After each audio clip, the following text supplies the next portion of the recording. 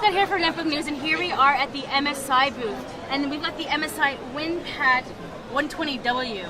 They've got quite a few, so this one is actually running on Cedar Trail. So this is a netbook platform traditionally. So this has just been released, so we're just seeing some of like the first netbooks come out of the Intel booth. But what's interesting about this is it does have 2 cores with hyper-threading, so we're seeing the four cores here.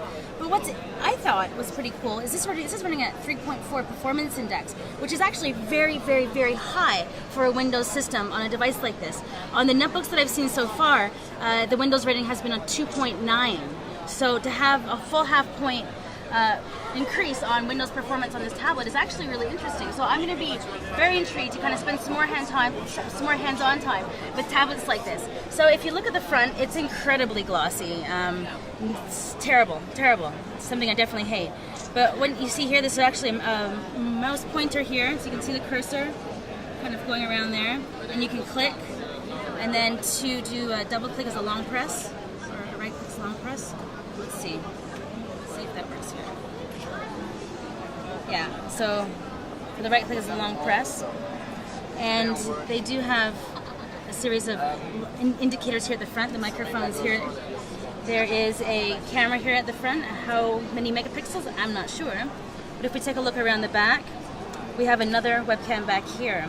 I'm not really a fan of what's happening here at all. I like this kind of like faux aluminium finish. The plastic doesn't feel that cheap. It actually feels quite good. This is something that we're going to be seeing on Cedar Trail platforms because it does need venting, because it will get hot.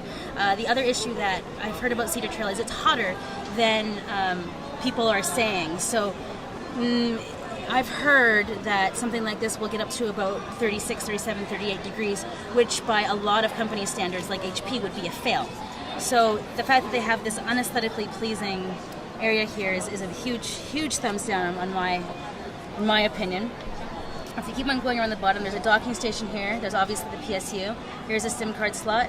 Doesn't open because this is a prototype unit. If we keep on going, this would be the screen lock, or for the gyroscope. This is a card reader, volume rocker, headphone jacks, full-size USB. Around the other side, we have mini HDMI out because Cedar Trail is perfectly capable of 1080p output and play. So around the top, there is the power button.